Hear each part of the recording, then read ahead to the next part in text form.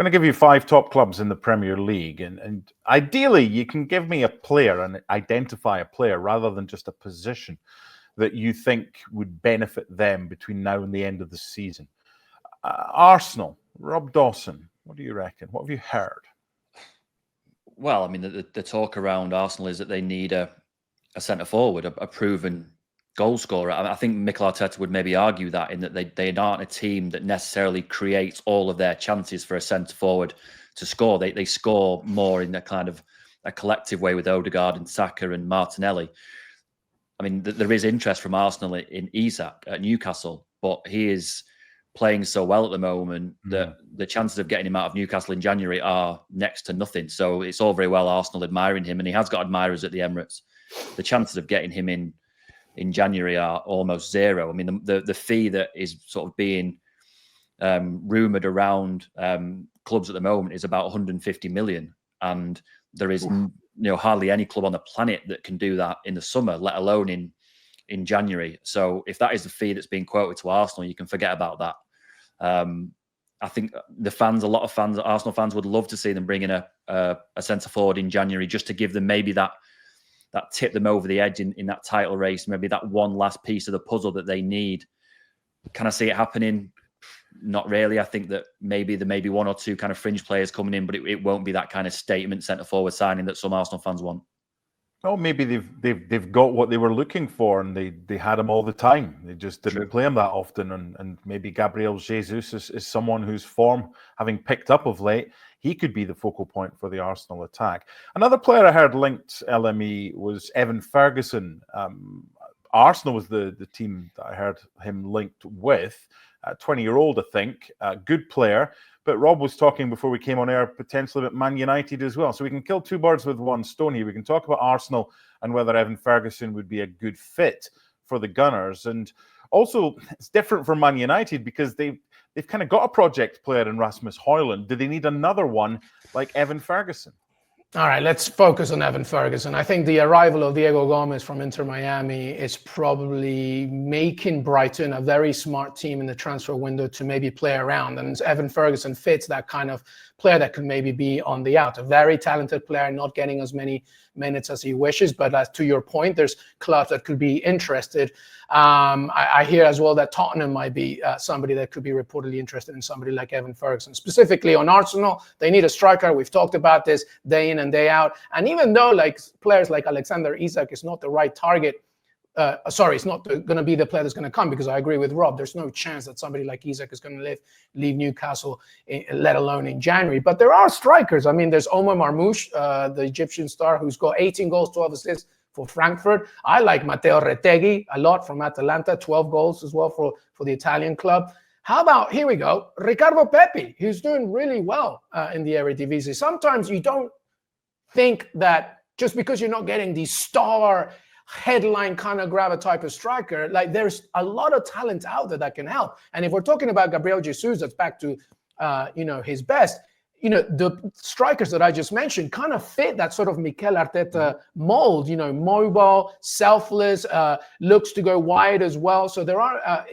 situations that can happen. Going back to Evan Ferguson and United, listen, I mean, I actually think that the problem for Man United is you are now under the strategy of Ruben Amorim, and you almost have to sell shop. Like, every player will be available in one way or another, I think, in the next 6 months, because he has to start from scratch in many ways. Obviously, not every player is going to leave, and obviously he has players already that fit that mold. Amad Diallo, for example, you mentioned Højlund and how he can maybe suffice. I actually think they need to begin with a left back. And they probably need to begin with somebody in the midfield as well. Those are the 2 most important positions for me, for Manchester United, not up front. I think there's other places that he can go there. There's an interesting thing with Man United, Rob, and obviously you cover them, as do the other ESPN FC writers. Could they potentially use Marcus Rashford as kind of trade bait or maybe collateral to swap? He's been linked with Napoli. Victor Osimhen is someone who I would love to see him in the Premier League. Could Marcus Rashford be used, or some other players at United who may be surplus to requirement, be used as potential swaps for other players? It's possible. particularly with Rashford. The word from Man United is that they are prepared to be flexible with that. It's not guaranteed that he will leave the club in January. It's also not guaranteed that he will stay. His future is very much up in the air. The one thing that United have kind of said privately about him is that, he's obviously made it quite clear that he would like a new challenge, and so therefore they will listen to offers. They're prepared to listen to both permanent offers and also loan offers. They also haven't ruled out a possible deal with a Premier League club, so that opens the door for maybe a Tottenham or an Arsenal or a Chelsea to come knocking. What they won't do is a kind of a Raheem Sterling style deal to Arsenal, in that Chelsea are still paying 90% of his wages. The whole point of Man United trying to get Rashford off their books is to free up some kind of finance to invest the money elsewhere, because the money isn't there to do the kind of work to the squad that Ruben Amorim wants and needs. And so January will be about doing what they can with very, very minimal funds. Now, if they can raise a little bit through Rashford, whether it's a loan fee or getting part of his wages off the books, it's possible that they would reinvest. I mean, they are in need of a striker because Joshua Zirkzee hasn't worked out. I would suggest, though, that if they're looking at one position, like LME said, they need a left wing back. And if you're looking at left wing backs to kind of help Amorim implement his system, and you're looking for a player who maybe isn't going to cost an awful lot, Ben Chilwell is sat at Chelsea doing absolutely nothing. Now, that probably wouldn't go down particularly well with Man United fans because he is essentially a Chelsea cast-off. But he is a player who has done well in a wing-back role in the past. He's clearly available because he's not playing at Chelsea at all. It wasn't so long ago that Man United were being linked with him when he was at Leicester anyway. So is there a possibility that maybe you could go to Chelsea and say, why don't you take Rashford and we'll maybe take Chilwell and let's make this work for both of us?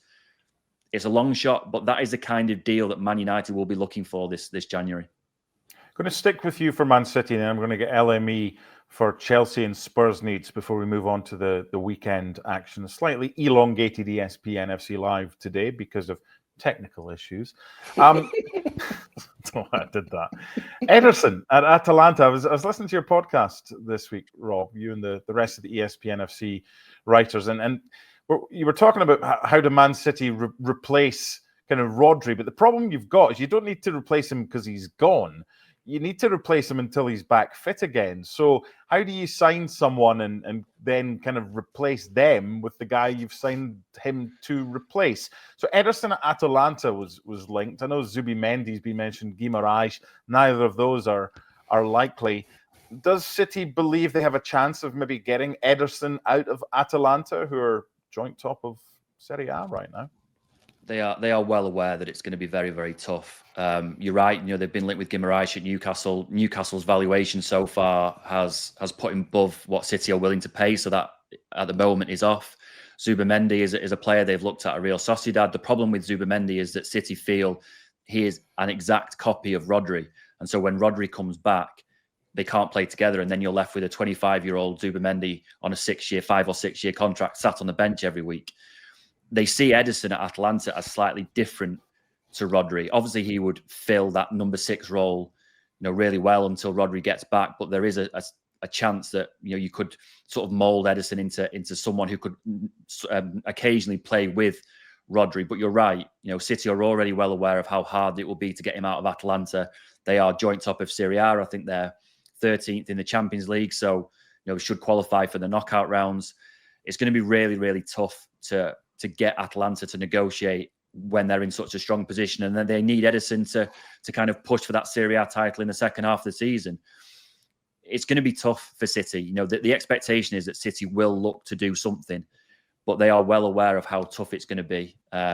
They've liked Adam Wharton at Crystal Palace, but he's been injured. He's not played a game since the end of October.